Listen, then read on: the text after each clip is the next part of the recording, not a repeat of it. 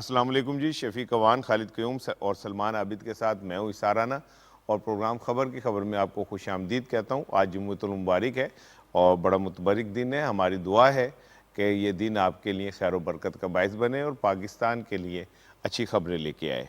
अखबारात ने कल की अहम खबरों को किस तरह देखा, एक नज़र डालते हैं।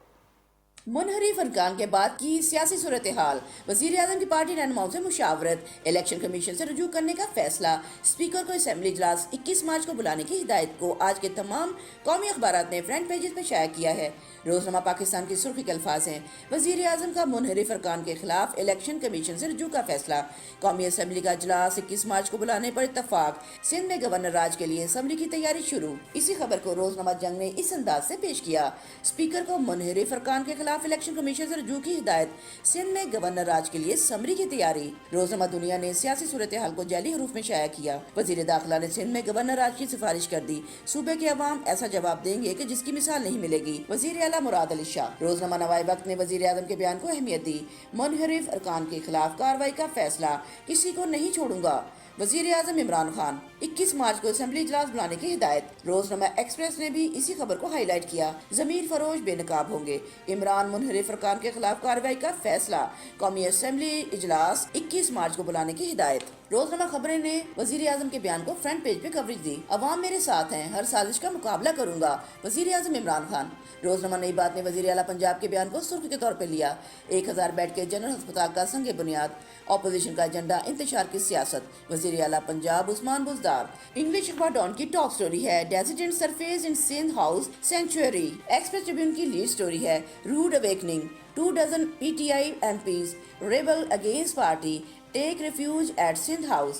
डेली टाइम्स की मेन स्टोरी है, Imran advise to impose governor's rule in Sindh. The News की हेडलाइन स्टोरी है, speaker directed to move ECP against residents. The Nation ने वफाकी वज़ीर दाखिला के बयान को फ्रंट पेज पे कवरेज दी, Sheikh Rashid proposes governor rule in Sindh to stop vote selling buying. एक नज़र डालते हैं जी रनडाउन पे। सिंध हाउस हार्स ट्रेडिंग का मरकज बन गया। हुकूमत की हर 3 साल बाद तब्दीली, क्या खराबी पार्लिमानी जमहूरी निज़ाम में है? सिंध की विफाक के खिलाफ बगावत, क्या गवर्नर राज लग सकता है?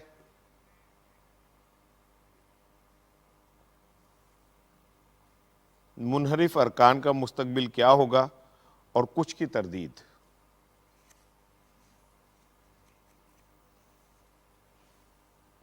आज के प्रोग्राम में रोजनामा दी न्यूज़ का इदारिया, पावर पॉलिटिक्स और रोजनामा दुनिया में डॉक्टर रसूल बख्श रईस साहब का कालम हुकूमत गिराने का फ़न शामिल है, जबकि ट्विटर टॉप ट्रेंड पे है, ज़मीर फरोश को नाअहल करो। अस्सलाम वालेकुम जी। हम 3-4 दिन से सिंध हाउस के हवाले से बातचीत कर रहे हैं, तू कर रहे थे, और सिंध हाउस के हवाले से जो चीज़ें हम अपने प्रोग्राम में डिस्कस कर रहे थे वो आहिस्ता आहिस्ता सामने आना शुरू हो गई।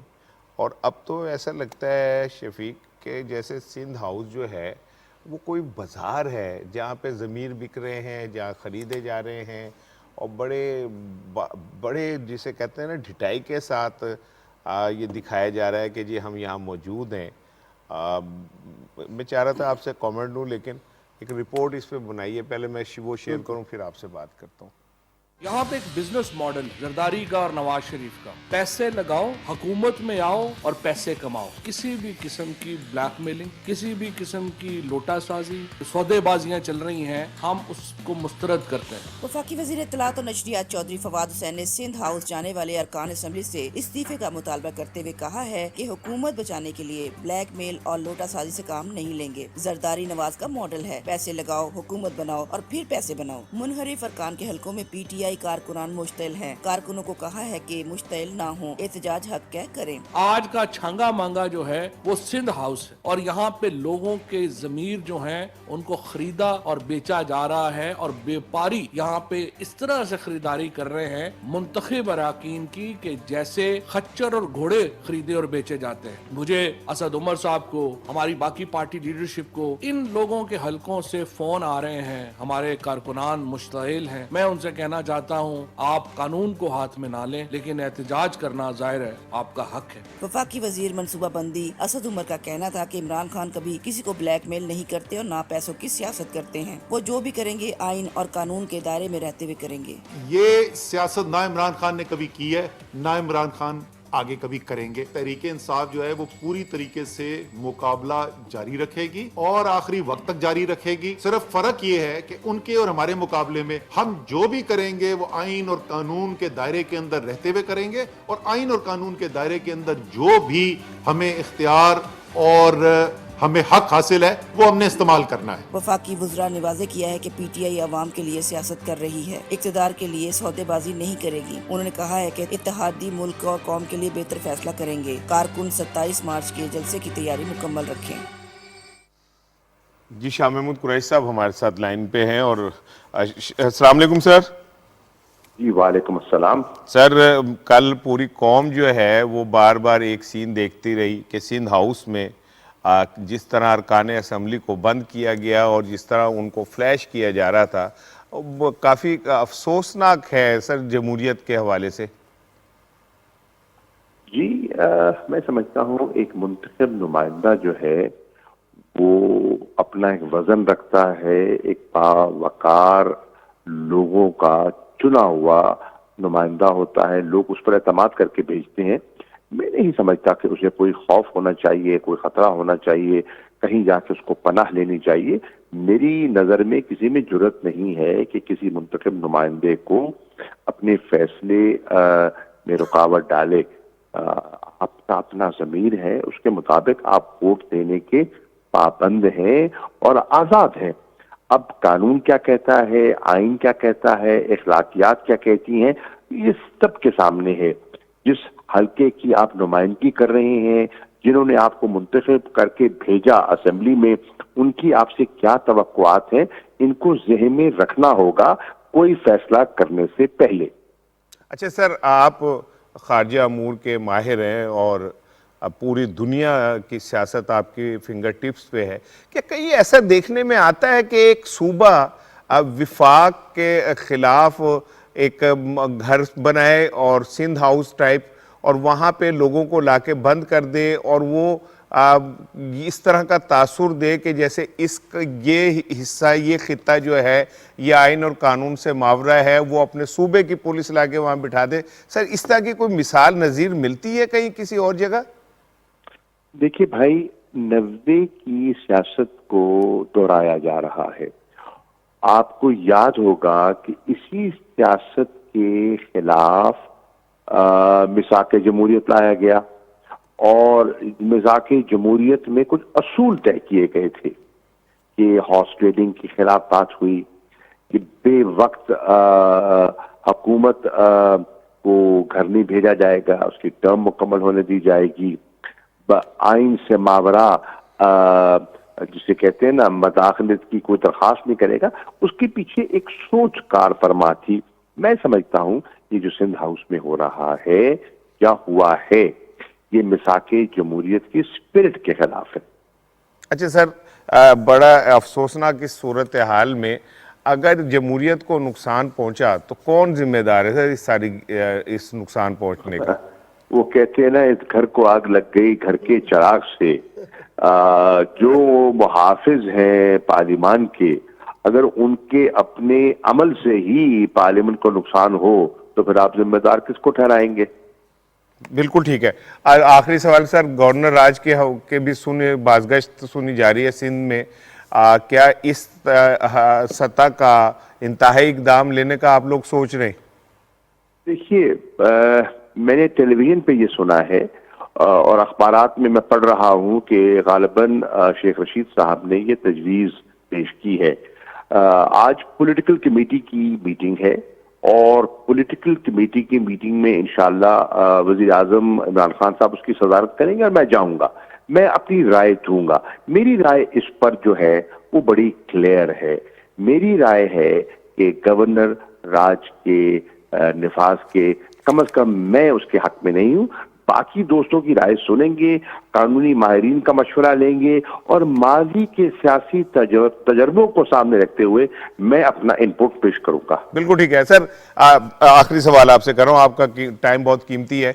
एक तो ओआईसी कॉन्फ्रेंस है और ऐसे मौके के ऊपर अपोजिशन ने कैसा फर्स्ट क्रिएट किया है, ये पाकिस्तान के लिए प्राइड का लम्हा था कि पूरी मुस्लिम ममालिक जो हैं पाकिस्तान के पास आ रहे थे और आप लोगों की तवज्जो इस पे मरकूज़ होनी चाहिए थी और आपकी तवज्जो किसी और तरफ मरकूज़ कर दी। और ये भी साथ ही कि सर जमहूरियत के हवाले से ये हर 3 साल 4 साल बाद इस तरह की सिचुएशन पैदा हो जाती है और हम इल्ज़ामात जो हैं वो हम दूसरों को देना शुरू कर देते हैं और जिम्मेदारी हमारी अपनी होती है। देखिए, पहली बात तो ये है कि यकीनन ओआईसी की जो कॉन्फ्रेंस हो रही है 22 और 23 मार्च को, ये पाकिस्तान के लिए बहुत बड़ा एजाज है और मुझे याद है कि काफी अरसे से मैं इसकी तको कर रहा हूँ। जो 47वां इजलास था नियामे में, वहाँ अल्लाह के फजलो करम से 2 कामयाबियां हमें हुई थी। एक कि हमने कायल कर लिया और वहाँ फैसला हो गया कि अगला जो इजलास होगा उसकी मेजबानी पाकिस्तान करेगा, और दूसरी कामयाबी हुई इस्लामोफोबिया की जो मुत्तफिका करारदाद हमने वहां पास करवाई और फिर वो न्यूयॉर्क भेजी, जो अल्हम्दुलिल्लाह अब जनरल असेंबली, यूएन की अक़वाम मुत्तहिदा की जनरल असेंबली ने भी मंजूर कर ली है। अब मैं समझता हूं कि इस इजलास से पाकिस्तान की इज्जत वकार में इजाफा हुआ है, वज़रा खारजा आ रहे हैं, पाकिस्तान की 75वीं आज़ादी की नेशनल परेड में वो शामिल होंगे इन दिनों में। अब देखिए, उसके अलावा आप अगर देखें तो क्या इस वक्त पाकिस्तान को गैर यकीनी सूरत हाल में धकेलना, जबकि अफगानिस्तान की सूरत हाल अभी भी नाजुक है, जबकि हिंदुस्तान ने अभी कोई मुनासिब जवाब नहीं दिया कि जो उन्होंने बकौल उनके एक्सीडेंटल फायर हुआ उसके पीछे क्या है, हकीकत क्या है, जबकि आप देख रहे हैं कि पूरी दुनिया में, यूरोप में जो कैफियत है, यूक्रेन में जो लड़ाई हो रही है, उसके असरात जो दुनिया की मईशत पर पड़ रहे हैं, तेल की कीमतों पर पड़ रहे हैं, फूड प्राइसेस पे पड़ने जा रहे हैं। इन हालात में पाकिस्तान में इस किस्म का खेल खेलना मेरी नजर में ना जमहूरियत के मफाद में है, ना मईशत के मफाद में है, ना सियासी इस्तेहकाम के मफाद में है, ना पाकिस्तान की आवाम के मफाद में है। चंद लोग अपनी हवस के लिए, इक़्तिदार के लिए, अपनी बका के लिए, एहतसाब के अमल से छुटकारा हासिल करने के लिए अगर ऐसा कर रहे हैं तो उनको अपने फैसले पर नजरसानी करनी चाहिए। बहुत शुक्रिया शाह महमूद कुरैशी साहब, वज़ीर ख़ारजा पाकिस्तान, हमसे बात कर रहे थे। शफीक साहब, दिल के फपोले जल उठे सीने के दाग से, इस घर को आग लग गई घर के चिराग से। देखें, ये अलमिया देखें, मुनाफकत देखें, क्या ऐसे कहें, मुझे तो अल्फाज नहीं मिल रहे हैं कि यही आसिफ जरदारी थे। मैं इसको ये कहते हैं एक जरदारी सब पे भारी, मैं कहता हूँ ये जरदारी बेपारी है। ये एक मेम्बरान और इंसानों की खरीदो फरोख्त करता है। आप ये देखें कि बलूचिस्तान असम्बली में क्या किया था, हुकूमत उल्टा दी थी मुस्लिम लीग नून की, और यही मुस्लिम लीग उस नून से शाकी थी कि हमारी हुकूमत उल्टा दी, हमारे कोलिशन गवर्नमेंट उड़ा दी नहीं। अब यही जो है उस पर तकिया किए बैठे हैं। नहीं, कल तक जो उनके लिए बंदा कंडेम था, उसकी हरकत सकनात, उसकी खरीदो फरोख्त, उसके लिए जहर कातिल थी, आज वो इस जहर को पी रहे हैं। और आसिफ जरदारी हमारी सियासत को पता नहीं लोग कैसे उसको इतना वेट देते हैं, क्या कहते हैं, लेकिन ये है कि ये इसकी इनकी जो खसलत है ना, वो है कि ख़राबी पैदा करना। और ये देखें, ये फिर उसने वहाँ खरीदो फरोख्त करके साबित कर दिया। और यहाँ भी सिंध हाउस के अंदर, अपने जो सिंध हाउस के उसमें ये लोग खरीद के रखे हुए हैं, और इसमें हमारे इदारे भी खामोश है, हमारा इलेक्शन कमीशन भी खामोश है, हमारी आला अदलिया भी खामोश है। और किस धड़ल्ले से हमारे जो टर्न कोर्ट्स लुटे गए थे ना उनको, वो जो मुनर्रिफ और अरकीन है वहाँ मीडिया पे अपना ये सारा अपना बयानियाँ दे रहे हैं, ना उन्हें कोई शर्म है, ना जो उनको रखने वाला आसिफ जरदारी है उसकी जो पार्टी जो है, ना उसे कोई शर्म है। और ये धड़ल्ले से कह रहे हैं ये हमारा ये अखलाकियात कहाँ गई, दुनिया को हम क्या दिखा रहे हैं। यानी इस मुल्क में, इस मुल्क का ये हाल हो गया, कोई 15-20 अरब रुपया लगा के मुल्क को जो मर्जी पॉलिसी बना ले, जो मर्जी जिस मर्जी मुल्क को ले जाए। ये जो सिंध हाउस का उन्होंने ड्रामा किया है, इसका मतलब है कि मेम्बरान खरीद रहे हैं ना, चले 50-60 करोड़ अरब लगा दो और अपने मुल्क की पूरी पॉलिसी, हुकूमत चेंज करने का मतलब पॉलिसी चेंज करनी होती है ना। आप 50-60 अरब रुपया लगा के और अपनी मर्जी के बंदे खरीद के अपनी पॉलिसी अपनी पॉलिसी अपनी गवर्नमेंट ले आए।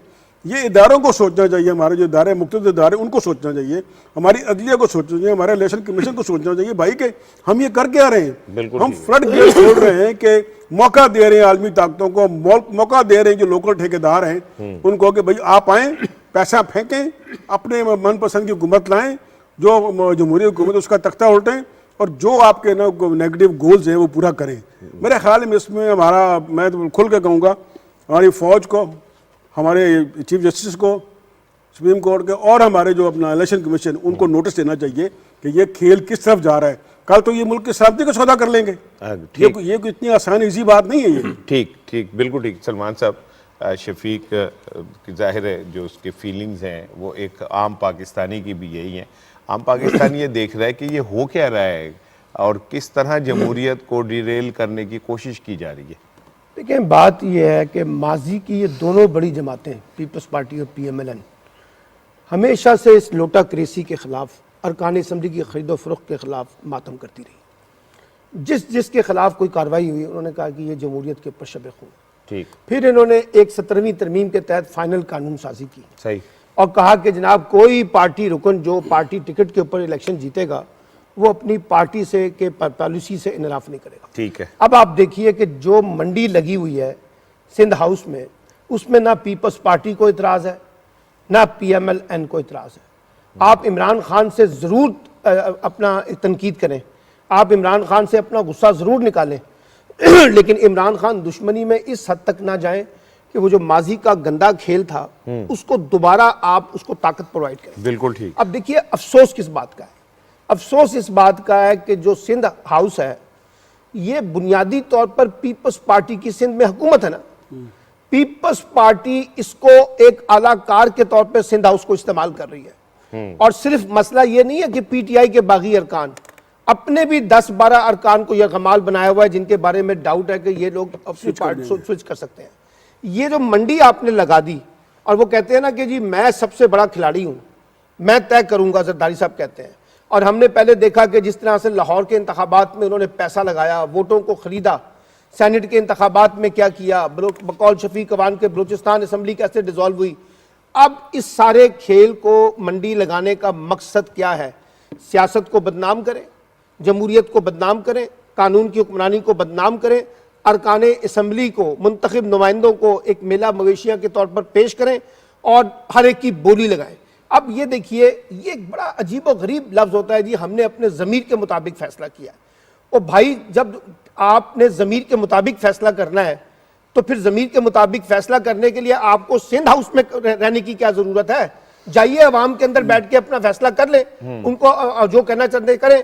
लेकिन हम सबको पता है कि यहाँ किस मखसूस एजेंडे के तहत आपने चंद एंकरों को पहले ये इजाजत दी, वो अंदर गए, वहां उनकी वीडियोस बनाई गई, उसके बाद वो पूरा खेल सजाया गया और एक परसेप्शन ये बिल्ड किया गया कि PTI जो है वो हुकूमत अपनी खो चुकी है या उनके पास लोग नहीं है। मैं ये समझता हूं, अगरचे इस पूरे खेल के अंदर आपको बज़ाहिर तो पीपल्स पार्टी नजर आ रही है, लेकिन इनके आलाकार में JUI भी शामिल है, इसके आलाकार में PMLN भी शामिल है। और ये सारे जो हैं किसी भी तरीके से, आपको याद है ना मौलाना फजल रहमान ने क्या कहा था, बहार आए ना आए, हमने खिजा जो है ना उसको, यानी इस सिस्टम को चले ना चले, जमहूरियत चले ना चले, मुल्क चले ना चले, हमने हर सूरत में इमरान खान को बाहर निकालना है। ये उस खेल का एक दरबार सजा हुआ है। और ये शफीक अवान ने बिल्कुल ठीक कहा है, आप सोते रहे हमारे इदारे अगर वो सोना चाहते हैं, लेकिन इसका अमली नतीजा क्या निकलेगा? इसका अमली नतीजा ये निकलेगा कि पाकिस्तान की सियासत, पाकिस्तान की जमहूरियत पूरे मुल्क में भी बदनाम होगी और पूरी दुनिया में भी अपने लिए तमाशा बनाएगी। और ये जो जमहूरियत का बोरिया बिस्तर गोल होगा तो सबसे ज्यादा नुकसान भी पाकिस्तान में जमहूरी कुव्वतों का ही होगा ना, जमहूरी कुव्वतों का होगा। माजी में आप कवर करते रहे तहरीक-ए-एतमाद जब आई, छांगा मांगा भी और सवात वगैरह भी, क्या फ़र्क है? सेम है वो हिस्ट्री रिपीट हो रही है? देखिए, इसमें फ़र्क बहुत बड़ा एक फ़र्क है कि जो 89 की मोहतरमा बेनज़ीर भुट्टो के ख़िलाफ़ अदम इतमाद की तहरीक थी, जिसके सरखेल उस वक्त नवाज शरीफ साहब थे जो वज़ीर आला पंजाब थे, तो उस तहरीक में जो है वो हार्स ट्रेडिंग और छांगा मांगा की जो सियासत है वो पीपल्स पार्टी की क़यादत के ख़िलाफ़ जो है वो इस्तेमाल हुई और पीपल्स पार्टी उसका शिकार हुई। और अब ये सवाल पैदा होता है कि इस वक्त जो अदम इतमाद की तहरीक है, उसकी जो असल बेनिफिशरी होंगे वो तो नून लीग होगी, वो तो शहबाज शरीफ होंगे, वो उम्मीदवार हैं प्राइम मिनिस्टर के। तो फिर पीपल्स पार्टी जो है वो छांगा मांगा कि ये सियासत में नून लीग की सहूलतकारी क्यों कर रही है। इसका जवाब ये है कि ये जो अपोजिशन की जमातें हैं, ये किसी एक जमात का खेल अब नहीं रहा। इन तमाम जमातों ने अदम इत्मीद की तहरीक के बाद बंदर बांट का जो खेल जो तय किया है, उसमें साबिक सदर आसिफ अली जरदारी जो है उनको अवाने सदर दिया जा रहा है, उनको भी अपना जो शेयर है वो दिया जा रहा है। और मैं आपको बताऊं राणा साहब कि इस खेल का जो है, इस खेल का हिस्सा सिर्फ पीपल्स पार्टी सहूलतकारी नहीं कर रही। ये जो अरकान टूटे हैं जो सिंध हाउस के अंदर ठहराए गए हैं, ये ज्यादातर अरकान का तल्लुक पंजाब से है और उनके मामलात शफीक साहब नून लीग के साथ तय हुए हैं। उन्होंने अगला इलेक्शन जो है वो नून लीग के प्लेटफॉर्म से लड़ना है, टिकट पर लड़ना है। और मामलात ये पहले दिन ही अपोजिशन की क़यादत में तय हुआ था कि आसिफ अली जरदारी इत्तेहादी जमातों के साथ मामलात को तय करेंगे और नून लीग जो है वो पीटीआई के अंदर पंजाब से जो लोग तोड़े जाने हैं उनके साथ मामलात जो हैं वो तय करेंगे। लेकिन बदकिस्मती से इस खेल के अंदर मीडिया का जो किरदार है वो भी जो है वो अच्छा नहीं है। देखिए 89 के अंदर छोटा सा मीडिया था, लेकिन उसका किरदार जो है उसके असरात आज तक नहीं खत्म हो सके कि किस तरह छांगा मांगा की सियासत और हार्स ट्रेडिंग की सियासत को मीडिया ने कंडेम किया था। और आज मैं समझता हूं कि हमारा जो मीडिया है अब वो भी इस हार्स ट्रेडिंग के खेल का हिस्सा बन चुका है। जिस तरह आपने कर सिंध हाउस में देखा कि कैसे वहां जाकर मीडिया ने इस खेल का दफा किया। राणा साहब, नवाज शरीफ का नारा था वोट को इज्जत दो, और जनाब हमें हमारा जो था कि ये जो हार्स ट्रेडिंग के मैं ख़िलाफ़ हूँ, ये है वो है, और अरकान को वफादार होना चाहिए। तो वोट को इज्जत दो का नारा का दफन कर दिया इन्होंने। एक रास्ता खोल दिया कि भाई कल जो भी आए वो मेंबर खरीद के वो वोट की इज्जत की ऐसी तसी फेर दे। लेकिन शफीक साहब, दो नारों को तो दफन कर दिया उनके बानियों ने। नवाज शरीफ का नारा वोट को इज्जत दो, उसे दफन कर दिया खुद नवाज शरीफ वगैरह ने। और मोहतरमा बेनज़ीर भुट्टो का था कि democracy is the best revenge, उसको आसिफ अली जरदारी ने दफन कर दिया। डेमोक्रेसी को भी दफन कर दिया और डेमोक्रेसी के ज़रिए जो रिवेंज था उसको भी दफन कर दिया। मुझे तो ना माजी में जुल्फ़कार अली भुट्टो के हवाले से जो ये आया बनी थी, 9 सितारे इकट्ठे हुए थे कौमी इत्तेहाद, मुझे ना कुछ ऐसे लगता है जैसे माजी की कुछ चीज़ें रिपीट हो रही हैं। जुल्फ़कार अली भुट्टो ने अमेरिका को चैलेंज किया और अचानक इस मुल्क के अंदर डॉलर बोरियों के अंदर आए और तकसीम हुए और भुट्टो साहब के ख़िलाफ़ तमाम जो लोग थे उन्हें इकट्ठा कर दिया गया। सेम पोजीशन इस टाइम इमरान खान की नज़र आ रही है। When he said absolutely not, उसके बाद अचानक ही देखें ना, मुझे बताएंगे जुमले में, मुझे तो पढ़ के दिल करता है मातम करूं जी। MKM से मामला तय हो गए हैं और काफ लीग से भी मामला तय हो गए हैं और बाप से भी। वट मामलात, कौन से मामलात? मुल्क की मसाइल के कौन से मामलात तय हुए हैं? पैसा, ठीक है, किस चीज के ऊपर तय हुए हैं? किस एजेंडे के ऊपर तय हुए हैं? इक्तदार की बंदरबांट। ठीक है, इक्तदार की बंदरबांट पे तो 3.5 साल से वो इक्तदार के झूले नहीं ले रहे थे जो उन्हें कोई नया इक्तदार मिलेगा। इसके पीछे मेरी जो जाती राय है वो ये कि इसके पीछे वो फोर्सेस हैं जो पाकिस्तान को ये कभी भी बर्दाश्त नहीं कर सकती कि पाकिस्तान का कोई वज़ीर आज़म उठ के ये कहे कि ये मूंगफली बेचने वाले हमारा क्या कर लेंगे, या एब्सोल्युटली नॉट। मैं नहीं, शहबाज शरीफ ने क्या कहा, और शहबाज शरीफ ने, हमजा ने, इन सब ने, मौलाना ने, सबने एक ही बात की। तो इसके ताने बाने जो हैं सिर्फ इस तरह ना ले, ये जो अचानक चींटियों की तरह निकल के ये सारे बिलों से बाहर निकले हैं, इसके पीछे एक कोई फोर्स है ना जिसने इकट्ठा किया। चौधरी 3.5 साल से PTI के साथ थे, अचानक उन्होंने कहा जी हम अपनी हमारी कुछ रिजर्वेशन है, 3.5 साल आप तानू याद नहीं आई है। और आखिरी बात शफीक साहब, मोहतरमा बेनज़ीर भुट्टो की रूह जो है वो कब्र में बहुत तकलीफ में होगी। वो सारी ज़िंदगी ये सारा कुछ खुद फेस करती रहीं, उनके खिलाफ ये हरबे इस्तेमाल होते रहे, उनके खिलाफ इसी तरह अदम एतमाद पेश होता रहा। आज उनको कितना दुख का मुकाम होगा कि उनका बेटा और उनका शौहर, वो चीज़ जिससे वो खुद तकलीफ को झेलती रहीं, आज वो खुद जो है, उनका शौहर जो है वो ही सब कुछ दोहरा रहा है। मोहतरमा बेनज़ीर भुट्टो ने कौमी असम्बली में खिताब करते हुए इस सारे तोड़ जोड़ के हवाले से कुछ बात की, वो तारीखी खिताब है, मैं एक नज़र दिखाना चाह रहा हूँ आपको। बेनज़ीर 2 मरतबा आई, नवाज शरीफ 2 मरतबा आया।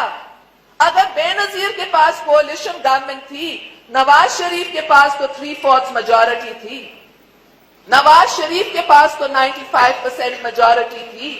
अगर नवाज शरीफ भी मसला हल नहीं कर सकता और अब तक बेरोजगारी है और महंगाई है और अब तक रिश्वत है, तो फिर इसका मतलब है कि पार्लियामेंट्री निजाम नहीं चल सकता। ये पार्लिमानी निज़ाम भी अब डिबेट में आता जा रहा है। डॉक्टर साहब देखिए, जो कुछ हम कल से देख रहे हैं ना सिंध हाउस में, जो कुछ हो रहा है, पहले होता था ढके छुपे होता था कि अब किसी को पता नहीं चले। अब तो बेशर्मी की इंतहा ये हो गई है कि मेंबरान अपना कैमरे पे आकर कह रहे हैं कि हम अपने स्विच कर गए।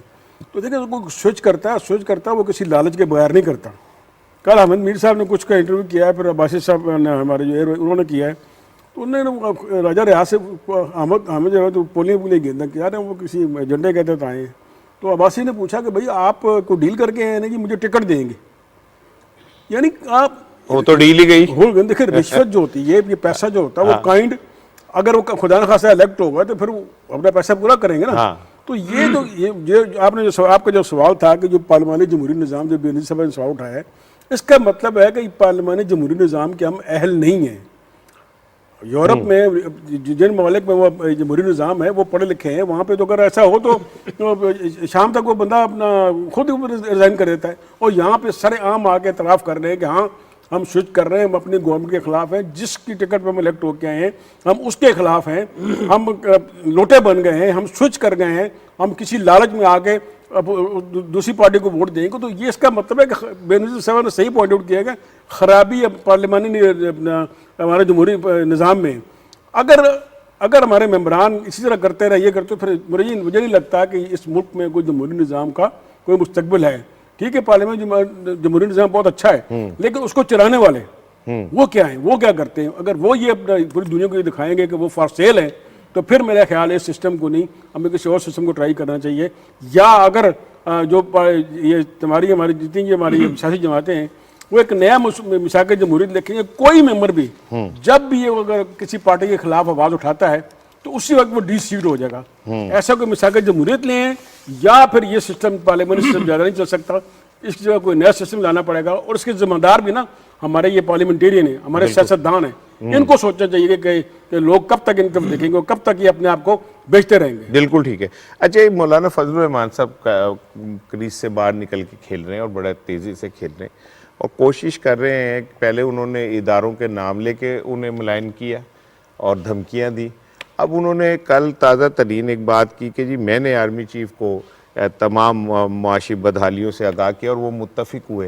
वो क्यों चाह रहे हैं कि इदारों के अंदर एक जो है कन्फ्यूजन पैदा हो, और वो क्यों चाह रहे हैं कि उन्हें मुलविस किया जा सके? देखिए, इससे बड़ा सियासी लतीफ़ा क्या हो सकता है कि मौलाना फजलुर रहमान माशियात के ऊपर कौम को दर्स दें, जिसकी अलिफ बे भी उनको नहीं पता है कि मईशत होती क्या है। पहली बात तो ये, उनको सिर्फ इस मईशत का पता है कि अपनी दौलत जो है वो कैसे जमा करनी है और कैसे नाजायज़ तरीके से अपने असासे जो है ना वो बनाने हैं। इसके अलावा उनको कोई मईशत का नहीं पता।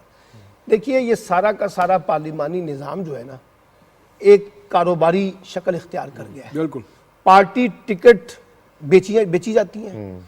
पार्टी टिकट के नाम पर पार्टी के अंदर इंफरादी लोग चंदा लेते हैं, पैसा लेते हैं ज़ाती अकाउंट में। फंड जो है वो पार्टी के अकाउंट में जाने की बजाय कुछ अफराद के अकाउंट में जाते हैं।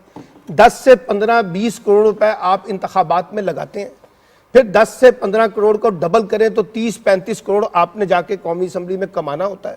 पहले अपने पूरे पैसे करने होते हैं, फिर अगले इलेक्शन के लिए पैसे इकट्ठे करने होते हैं, फिर उसके बाद सारी डेवलपमेंट फंड के नाम पर फ्रॉड।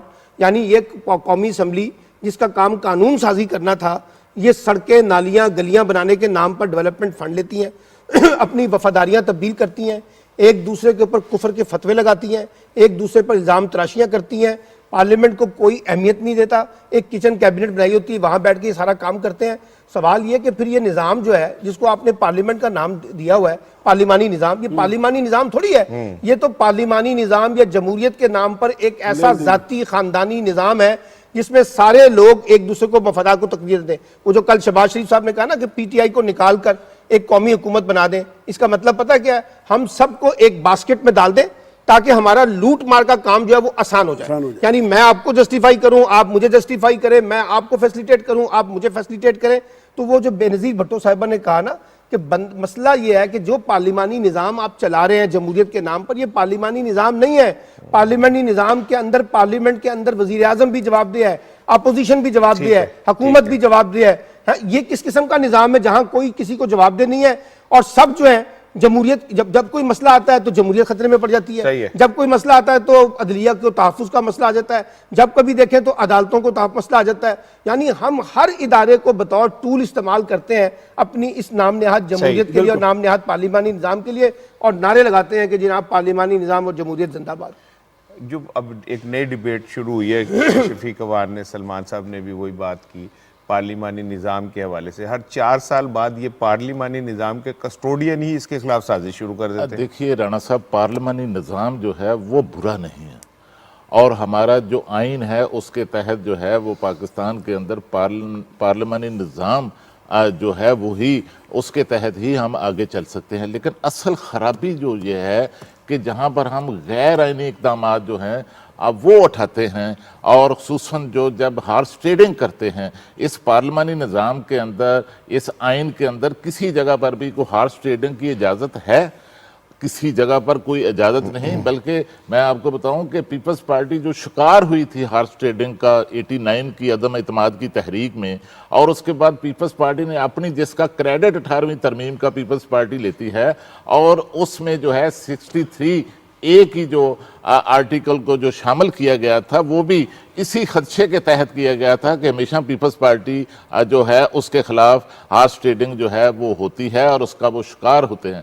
लेकिन अब देखिए कि पीपल्स पार्टी खुद इस खेल का जो है अब वो हिस्सा बन चुकी है, और अपना जो उनका चार्टर ऑफ डेमोक्रेसी था उससे इनहराफ कर रही है, और अपनी जो 18वीं तरमीम है उससे इनहराफ कर रही है। लेकिन मैं एक बात शफीक साहब बड़ी यहाँ बताना चाहता हूँ आपको कि ये जो अरकान असेंबली, पीटीआई के अरकान असेंबली पार्टी छोड़कर जो है हॉर्स ट्रेडिंग का शिकार हो रहे हैं और ख़रीदो फरोख्त के ज़रिए जो हैं वो अपोजिशन की तरफ जा रहे हैं, इनको मैं माजी याद दिलाना चाहता हूं कि 93 में जब मंजूर वट्टू के साथ पूरी पार्लियामानी पार्टी जो है वो उठकर दूसरी तरफ चली गई थी, सिर्फ 29 MPA जो हैं अब वो नून लीग में रह गए थे। और जब इंतखाबात हुए 93 के, तो इंतखाबात के अंदर क्या हुआ कि पूरी पार्लियामानी पार्टी में से सिर्फ 18 MPA जो हैं वो पंजाब में जीत सके थे, और 4 MNA जो हैं वो जनेजो लीग के जीते थे।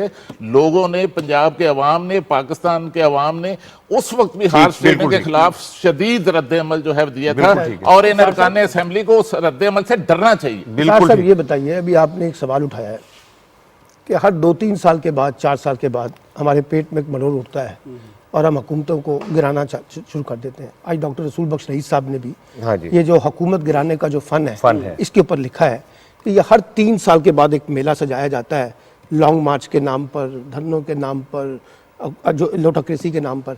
यानी क्या यही हमारा पाकिस्तान का सियासी मुस्तकबिल है? सलमान, इससे ज़्यादा क्या यार दुख वाली बात होगी कि इस पार्लिमानी निज़ाम को एक ऐसा आदमी चैलेंज कर रहा है जो पार्लियामेंट का हिस्सा ही नहीं है। मौलाना फजलुर रहमान पार्लियामेंट का हिस्सा ही नहीं है। ये तो दुख है सर। और वो इस पार्लिमानी निज़ाम को गिराने के लिए बाहर निकले हुए। इससे अंदाज़ा करें कि हम पार्लिमानी रवायात के कितने अमीन हैं। दूसरी चीज़ ये कि काश असगर खान मरहूम केस का फैसला हो जाता, बिल्कुल ठीक है, और उसके किरदारों को सज़ा मिल जाती। काश बेनज़ीर भुट्टो के खिलाफ जो किरदार, जो चेहरे थे जिन्होंने पैसे लिए, पैसे लेके और क्या कहते हैं उन्होंने इस डर्टी गेम का हिस्सा बने, काश उनके चेहरे बेनकाब होके और उन्हें सजाएं मिल जाती। हमारे अदालती निज़ाम ने हमेशा चोरों को और बड़े डकैतों को प्रोटेक्शन ही दी, और काश अगर वो IGI वाला केस का मामला हल हो जाता तो आज शायद इस तरह की सिचुएशन ना होती। पूरी दुनिया हम पे हंस रही है, पूरी दुनिया ने हमारा ठट्टा उड़ा रही है कि हम कैसे लोग हैं कि एक आदमी जिसका पार्लियामेंट से ताल्लुक ही कोई नहीं है वो अदम एतमाद पेश करवा रहा है, वो अरकान को तोड़ रहा है, वो डील कर रहा है लोगों से। इससे ज़्यादा क्या इस कौम की बदकिस्मती होगी। और दूसरी चीज़ ये कि मैं ये समझता हूँ कि शायद कोई जीत जाए, शायद कोई जीत जाए, लेकिन मेरा ये यकीन है कि इमरान खान नहीं हार सकता। ये मेरा फर्म बिलीव है, इमरान खान नहीं हार सकता। कि उसकी रीज़न ये कि इमरान खान अपनी अकेली लड़ाई लड़ ही नहीं रहा, वो तो इन 22 करोड़ अवाम की लड़ाई लड़ रहा है। मैं एक शॉट आपको दिखाना चाहता हूँ खान साहब का, उनकी गुफ्तगू एक दिखाना चाहता हूँ, फिर मैं बात करूंगा आपसे, जरा देखिएगा। कभी भी प्लीज मुझे करप्ट लोगों से, जिन्होंने इस मुल्क को लूट के पैसा बाहर लेके गए हैं, प्लीज मुझे उनसे मुफाहमत करने का ना कहें। मेरा कोई जाती किसी से लड़ाई नहीं है। मसला ये है कि अगर मेरे घर में कोई चोरी करता है और मेरे घर को मकरूज कर देता है तो क्या मैं उनसे दोस्ती कर लूं? इसलिए कि मेरा आज मुल्क, जब मैं एक इदारा खोल के देखता हूं, उसके पीछे करप्शन है, उस इदारे को कंगाल किया गया। PIA ले, बिजली ले लें, गैस ले लें, जो भी लेंगे तो आखिर में उसके पीछे आपको करप्शन नजर आएगी। इसलिए ये जाती लड़ाई नहीं है, ये मेरे मुल्क की लड़ाई है, ये मेरे मुल्क की लड़ाई है। मुफाहमत ना सिखा जबरे नारवा से मुझे, मैं सर बेकाफू लड़ा दे किसी बला से मुझे, प्लीज मुझे उनसे मुफाहमत करने का ना कहें। मैंने तो ये कह दिया, हम सारों का यही है कि हो सकता है आप लोग कोई इधर उधर से करके, कोई इधर के इशारे उधर के इशारे और ये सारा कुछ करके आप किसी जगह पे कुछ शायद कामयाब हो जाए। इमरान खान को हराना बहुत मुश्किल है, क्योंकि इमरान खान अकेला, इमरान खान ने वो 22 करोड़ अवाम, गयूर अवाम की आवाज़ है। तो एक ब्रेक लेते हैं जी, ब्रेक के बाद आएंगे तो आपसे बात करेंगे। बहुत सारे ऐसे MNAs के नाम आ रहे हैं कि जी वो उन्होंने अपनी वफादारियाँ बदल ली, लेकिन वो क्या कहते हैं इस पर बात करेंगे, उनसे भी बात करेंगे।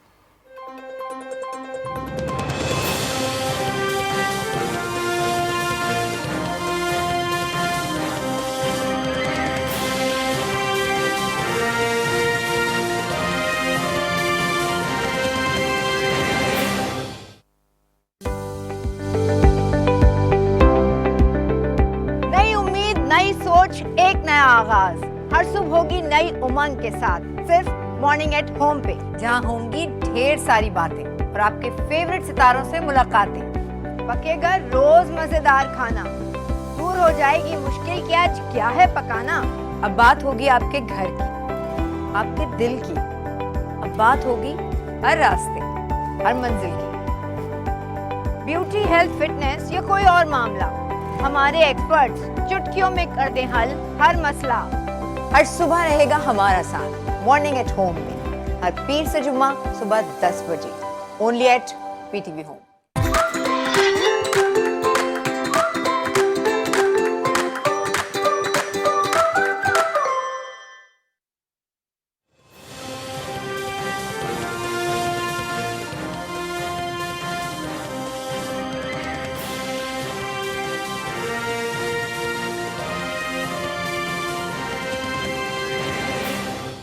वेलकम बैक शफीक साहब। मैं कोई वक्त ज़ाया किए बगैर एक जो बात चल रही है कि सिंध में गवर्नर राज लग सकता है, आप समझते हैं कि ये मूव विफाक की जो है काम करेगी? देखिए, इसका फैसला तो करना है काबीना ने, प्राइम मिनिस्टर ने। अब कल शेख रशीद साहब की तजवीज़ थी कि सिंध में गवर्नर राज लगना चाहिए, उसके सारे प्रोस एंड कॉन्स देखने चाहिए। गवर्नर राज लगाना इतना आसान काम नहीं होता, सारे इसके फ्लैशबैक भी आता है। हमने देखा कि जब शहबाज शरीफ की गवर्नर राज लगे उसके बाद क्या हालात हुए थे। मेरा ख्याल है कि हुकूमत को ना कोई बीच का रास्ता बनाना चाहिए और फैसला करना है काबीना ने। आप जरा शेख रशीद साहब एक बड़े थम हैं हुकूमत के और वो कह रहे हैं, और जब ये सब कुछ वहाँ पे हो रहा है, अगर ये बाज ना आए, जिस तरह सिंध हाउस को उन्होंने हॉर्स राइडिंग का गढ़ बना दिया है, सारे MNA वहाँ यरगमाल बना के रख दिए, फिर तंग आमद बजंग आमद तो फिर कोई करना पड़ेगा ना, कुछ ना कुछ एक्शन लेना पड़ेगा। ठीक ठीक। गवर्नर राज के हवाले से, अगर गवर्नर राज के लिए वफाक चला जाता है तो सिंध वो जरदारी साहब अब यहाँ पे अदम एतमाद लाते लाते सिंध भी गवा बैठेंगे। लेकिन अब बात यह है कि अगर ये गवर्नर राज लगाते हैं तो एक बड़ी महाजराई और पैदा होगी ना हुकूमत में और अपोजिशन में, और ख़ासतौर पे पीपल्स पार्टी के साथ। तो इसलिए ये देखना पड़ेगा कि इसकी पॉलिटिकल इम्प्लिकेशंस क्या होंगी, ठीक। नंबर 1। नंबर 2, देखिए इसमें पीपल्स पार्टी को खुद भी सोचना चाहिए कि ये जो खेल सिंध हाउस के अंदर सजाया जा रहा है, इसका मतलब ये है कि ये वफाकी हुकूमत के खिलाफ एक साजिश यहाँ पे तैयार हो रही है। और जब कोई सूबाई हुकूमत सिंध हाउस को इस्तेमाल करके वफाक के खिलाफ साजिश करेगी तो उसका एक रद्द-ए-अमल तो फिर किसी ना किसी सामने आएगा। ठीक है। इसलिए बेहतर है कि पीपल्स पार्टी भी अपने रवैये पे नजरसानी करे, और अगर पीपल्स पार्टी अपने रवैये पे नजरसानी करती है तो यकीनी तौर पे फिर हुकूमत के अंदर से भी वो सख्त रद्द-ए-अमल नहीं आएगा।